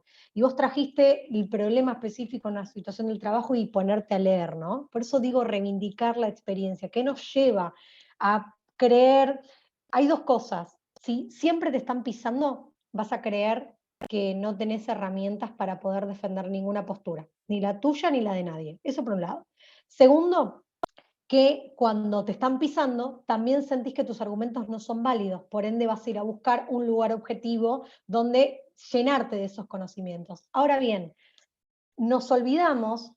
¿Por qué nos olvidamos? Porque nos olvidamos que tenemos esa capacidad de negociar, porque nos la pasamos negociando cosas cotidianas que han sido bastardeadas por el sistema de quesos para mujeres. El varón y demás, por eso vuelve a la corbata, el que negocia, negocia en una mesa redonda, entre otros tantos, en un lugar específico y demás. Yo les puedo decir que he visto mujeres defendiéndose en audiencias con abogados, mediadores, con quien quieran, muchísimo mejor sus intereses y lo que se le estaba jugando ahí, que cualquier otra persona que pudiera anteponer o posicionar algún tipo de postura. A eso me refiero. El ejemplo que vos trajiste, Maju, es digamos, específicamente el quiebre de todo por lo menos de cómo me planteé y cómo traté de hablar con las chicas este encuentro, ¿no? Ahí está. Eso te da un marco de decir, evidentemente, donde me dicen, porque es verdad, vas a una clínica, vas a lugares donde tengan que ver con todo lo que haga a las específicas cuestiones que hacen al cuidado, al autocuidado y demás, constantemente vas a ver a mujeres defendiendo cualquier tipo de situación y hasta incluso digamos, colocándose con la burocracia, con funcionarios, con quien sea, a todo o nada. Y ahí estás planteando un fundamento y es totalmente válido. Entonces, ¿nuestros fundamentos son poco válidos o evidentemente han sido históricamente cercenados? ¿Me explico? A eso es a lo que quería llegar. En el mejor de los casos, que todas mañanas se encuentren en sus situaciones cotidianas súper enardecidas diciendo, frente a esta situación tengo el todo para, ¿no? Porque esto es un aplicar en la vida. Ahí es donde cobra sentido el empoderarse. No te empodera una a otra, sino que una saca sus propias herramientas y las pone, digamos, como en juego, las pone a funcionar, las pone en movimiento. Esto es un poco la idea de pensarnos en un liderazgo. Obviamente que se puede profesionalizar y empezamos a ocupar más lugares en la medida que podamos reconocerlos también y que esos lugares estén dados. Digo, es un todo. ¿Sí? O sea, es como una construcción, por supuesto. Pero el caso que vos trajiste, Maju, es el de muchas que se han puesto a leer y se han puesto a formarse y a entender y a interpretar, porque evidentemente necesitas algo objetivo, porque hay una normalización de la práctica. Toda práctica que está normalizada de alguna manera la empezamos a percibir como justamente eso, como normal, como cotidiana. Entonces no la cuestionamos, hasta que la cuestionamos. Lo que tiene nuestro recorrido histórico es que al cuestionar, que al encontrarnos constantemente batallando, después no hay es como un despertar, ¿me explico? Después no se vuelve para atrás, es un despertar. Cada uno llevará su ritmo, pero de ahí no se vuelve. Y eso es lo interesante, y eso es lo que más me parece significativo de encuentros de este tipo, o el encontrarse, ¿no? A cuestionar, a criticar, pero también a encontrarnos, a hallarnos en quiénes somos en todo esto y qué lugares ocupamos. Eugenia Guevara pidió... Hola, buenas tardes. Bueno, me animo a hablar. Soy Eugenia de acá de Córdoba. Hace un rato me sentía muy identificada con lo que decía Meli con respecto al tema de ser del interior. Bueno, les cuento rapidito así un poco de dónde vengo. Yo laburé 4 años en el Espacio para la Memoria, la EXESMA, y bueno, siempre digo que Buenos Aires a mí me abrió ahí me enamoré del feminismo y pude transitar el recorrido sindical del feminismo. Y bueno, y me tocó muchísimo esta cuestión, ¿no? Mientras hablaba, me iba acordando de situaciones que digo, cómo las naturalicé o cómo las pasé por alto. De los miedos a hablar en las asambleas, porque estos comentarios por ser mujer y por ser cordobesa, ¿no? Fueron 4 años donde tuve que pelear frente a estos micromachismos con mis propios compañeros, ¿no? Porque esta cuestión naturalizada, ¿no? Pero bueno, batallé un montón, fui la primera secretaria de la Secretaría de Género que tuvo la Exesma, y eso fue muy fuerte, pasé por muchísimas cosas y si me tuviera que poner a contarles, no acabaría más de todo lo que tuve que pasar ahí adentro, pero siempre yo soy una persona muy optimista y siempre tomo estas cuestiones como me empoderan. Y bueno, ahora me encuentro en Córdoba viviendo hace 3 años de vuelta y la verdad que celebro muchísimo estos espacios porque me encuentro justo actualmente. Hoy mi militancia se encuentra en el territorio, ya no laburo más para el Estado, pero bueno, es una violencia que nunca se acaba, porque a pesar de este empoderamiento y de ese aprendizaje y mi recorrido en el feminismo, me encuentro hoy personalmente en una situación de vértigo con respecto a los espacios de poder, porque bueno, sin darme cuenta fui ocupando espacios de poder dentro de la organización en la que milito, que estoy en el Frente de Mujeres. Y bueno, nada, estos espacios a mí, sobre todo más que testimonio, quería como celebrarlos, porque, bueno, es como que me bajan y digo, bueno, Eugenia, tenés que seguir peleando y seguir empoderándote y seguir adquiriendo herramientas, ¿no? Porque estas son herramientas que nos van a permitir, primero me permiten identificar.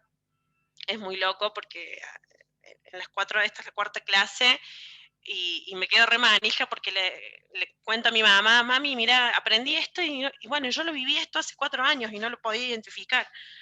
Y bueno, nada, eso, compartirles con ustedes mis recorridos y agradecerles porque ahora me siento un poquito más empoderada y no voy a tirar la toalla porque hasta hace 2 días tuve un brote, estamos en campaña y bueno, estoy pasando situaciones con esta cuestión de los espacios de poder, sobre todo como militante territorial, que lo vimos en la primera clase, que eso es cierto, a mí me quedó muy marcado el reconocimiento de los militantes, ¿no? Como un varón que recién arranca o que abre un comedor o lo que sea, o sea, ocupa espacios de poder rápidamente. Y las mujeres no.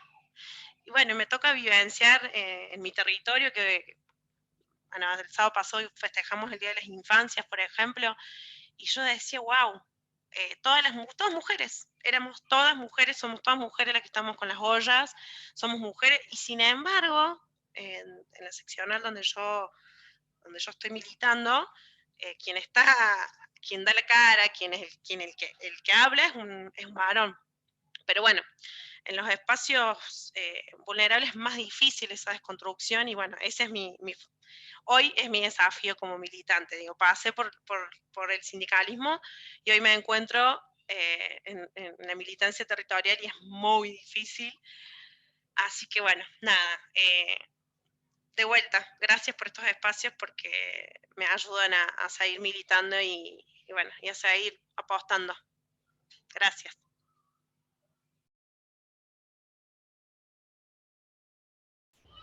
Gracias, Eugenia, por tu reflexión, por tu testimonio. Creo que a todas nos ha pasado, eso que vos contaste, que compartiste, lo hemos transitado todas. Jimena Hoyo pidió la palabra. Hola, buenas tardes. Sí, en realidad había aplaudido porque me sentí un poquito como identificada con lo que con lo que decía la compañera.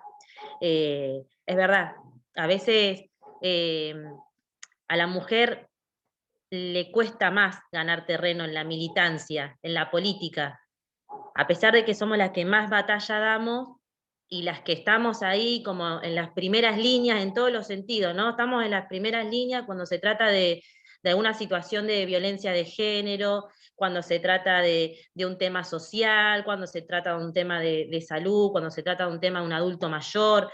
Siempre somos las mujeres las que estamos en la primera línea. Y a eso ni hablar si lo sumamos del lado de la militancia. O sea, si nos ponemos a pensar con la trayectoria histórica, la mujer en sí, los últimos años o las últimas décadas, viene ganando derechos, pero es como que siempre nos falta, ¿no? Siempre nos falta 10 para llegar al peso, ¿no? Siempre digo yo eso cuando hablo con las compañeras, que tenemos charlas y eso, siempre digo, a la mujer siempre le falta 10 para llegar al peso. La mujer siempre tiene predisposición, la mujer siempre tiene esa impronta de liderazgo, tiene esa impronta de siempre avanzar, de luchar, de no bajar los brazos, de estar para la otra, en este sentido, y en el momento del reconocimiento político,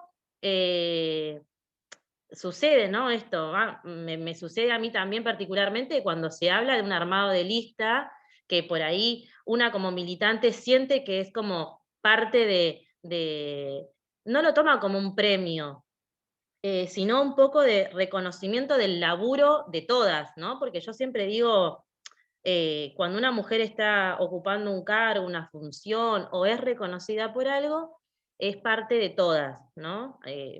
Pasa eso, más cuando se trata desde el campo político.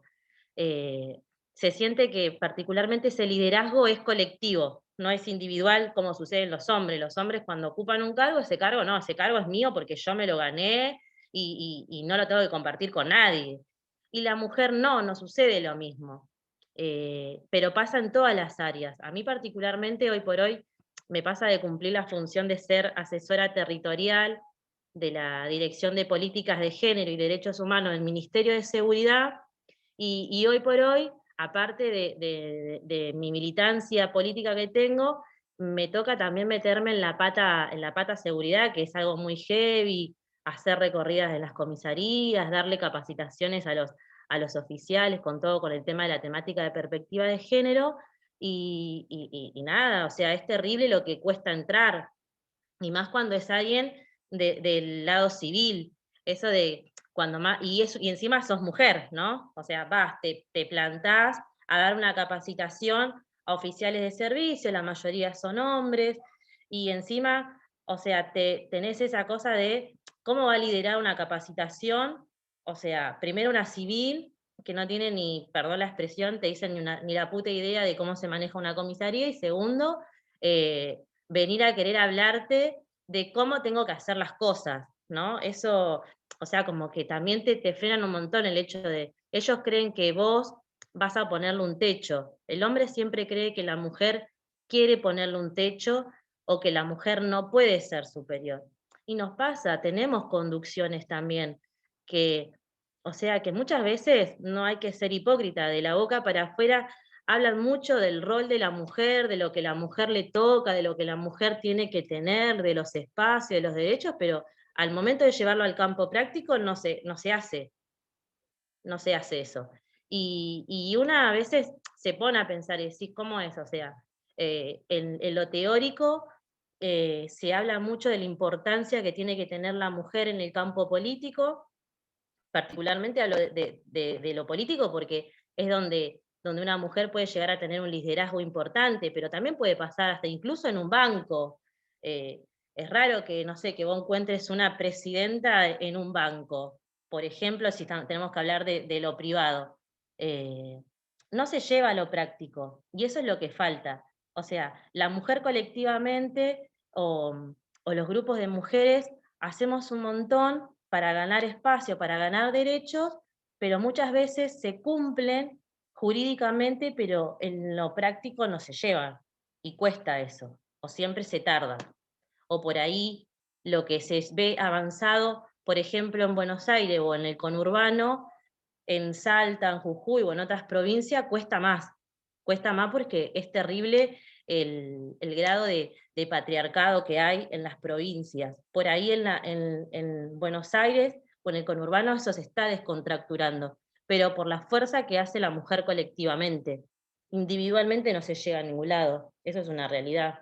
Pero esto también es parte de la construcción, este tipo de charlas así, este tipo de conversatorios, de poder de entablar ese diálogo con otras compañeras de otros lados y es podernos escuchar y nada, ¿no? Y tener también, sumar como experiencia, y uno va creando su propia opinión en respecto de cómo uno se tiene que ir moviendo en el ámbito que le toca estar. Así que nada, o sea, están bueno estas charlas y suma, siempre suma, no, creo que nada está de más. Gracias, Ximena.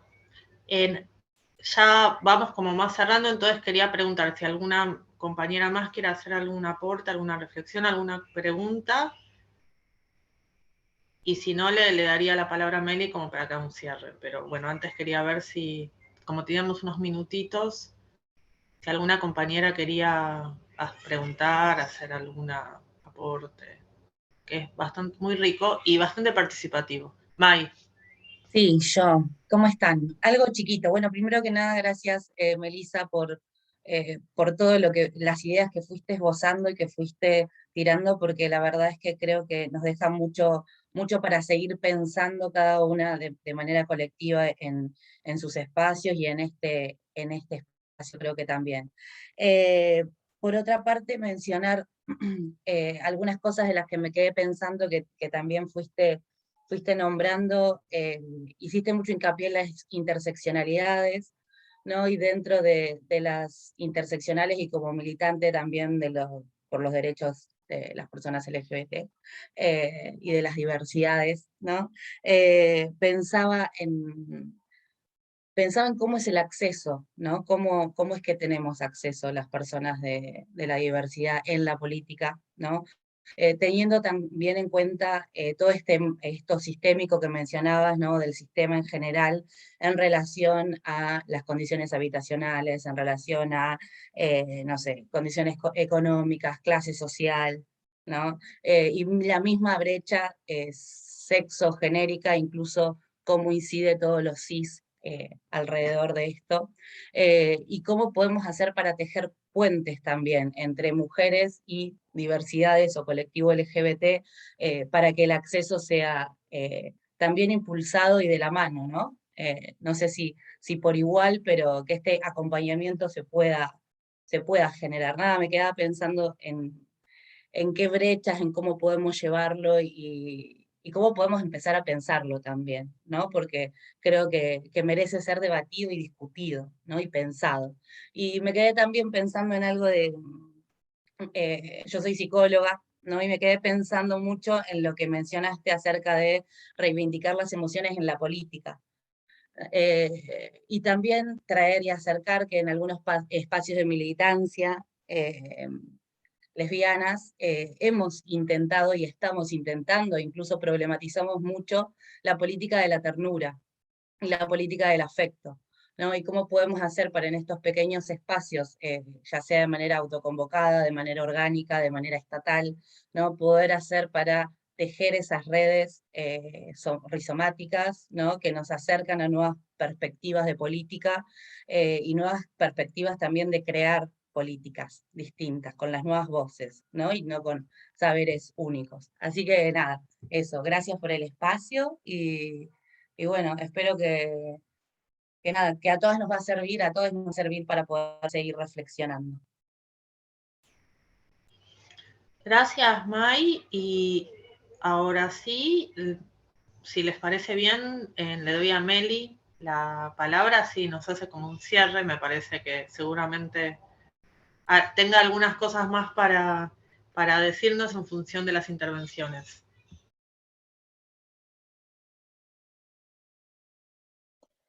Bueno, primero que nada agradecerles todas las intervenciones porque, como dije al principio, siempre enriquecen, ¿no? Siempre nos llevamos algo. Eso primero que nada. Segundo, a ver, realmente es un enorme desafío pensar, más que nada para cerrar con lo que decía Mike, que me parece como que quedó como en tono de pregunta y me gustaría poder hacerte una devolución o algún comentario. Es sumamente importante pensarnos desde las, digamos, desde la idea de la construcción no cis, ¿no? En todas sus formas, como hegemonía, pensar que evidentemente cuando hay algo hegemónico lo que queda es romper, pero no romper en tanto una cuestión caótica. Bueno, igual el romper trae el caos, pero el caos no tampoco tiene por qué ser malo, pero me refiero al descontracturar, desarmar, desandar prácticas que no van más. Esto que trajiste de la política de la política de la ternura, entre otras, me parece que justamente apuntan a ir instalándolas. ¿Y cómo las instalamos? Bueno, evidentemente la forma de instalarlo es buscar espacios, ya sea en principio como autoconvocada, sí, lamentablemente queda la parte autoconvocada al principio, hasta que se logra de alguna manera que llegue, que se vuelva como masivo y empiece de alguna manera a generar un interés y a sonar amigable a oídos que no conocen ese tipo de cosas. No olvidemos que la raza humana en sí repele lo distinto, ¿no? Repele, digamos, queriendo romper y ahí en un sentido negativo del romper, ¿no? De todo lo que sea distinto. Entonces, evidentemente, hay algo que tiene que ver que es siempre estar en la escena de discusión, ¿no? Es decir, esta cuestión de que hasta hace un tiempo atrás, no muy lejano, pensar que haya una reivindicación a las tareas de cuidado era impensado. Era impensado. Hoy, mal o bien que haya una política pública específica respecto de las jubilaciones a mujeres que se han dedicado a las tareas de cuidado, nos invita a pensar, por lo menos, que podemos cuestionar si está bien, si no está tan bien, después podemos entrar en eso. Creo que hay que partir, como dije desde el principio, de la base de un piso. Cuando tenés un piso, de ahí tenés para adelante un montón de cosas. Entonces, reivindicar desde ese lugar. Creo que, por ejemplo, hay todavía enormes temas para hablar respecto de la violencia entre lesbianas, por ejemplo. Algo que no se está hablando demasiado, que hay todavía como una cuestión muy, desde el punto de vista del sistema, ¿cómo? Si el que violenta es el varón, no entienden nada, no saben cómo abarcarlo. Y desde el punto de vista, desde la lucha colectiva, también hay una cuestión de que no quede sesgado dentro de las normativas heteros, cis, patriarcales. Bueno, a ver, no busquemos crear en principio en todo nuevas normas, tratemos de imponer de alguna manera lo que pensamos y lo que nos sucede. Por eso reivindico lo autoconvocado en definitiva, al autoconvocarnos en generar espacios de debate. Yo puedo asegurarte, Mike, que si de repente, digamos, en algún espacio en el que estás, traes un tema como este y demás, y seguramente más de una se va a sumar por lo menos por curiosidad, para saber, para entender o porque le interpela en lo personal. Y ahí es donde se va generando un cambio. Yo creo que es constantemente un granito de arena. Yo sé que en algún punto lo que digo puede llegar a sonar como muy, ¿no? Como un trabajito de hormiga, pero la realidad es que siempre fue un poco así. No podemos creer que las luchas fueron como de repente, digo, el primer encuentro nacional de mujeres en el 86 había 20 mujeres. En La Plata hubo miles y miles y miles. Me explico, digo, evidentemente son factores sociales que se van generando y cambios que se van generando y discusiones que se van instalando. Hoy, por ejemplo, tenemos exponentes como Luli Sánchez que dice cómo se presenta abogada y lesbiana, porque es su forma de presentación y habla de su militancia. Y la aplaudo. ¿Por qué? Porque lo volvió como su forma de militancia. Y eso hace una diferencia.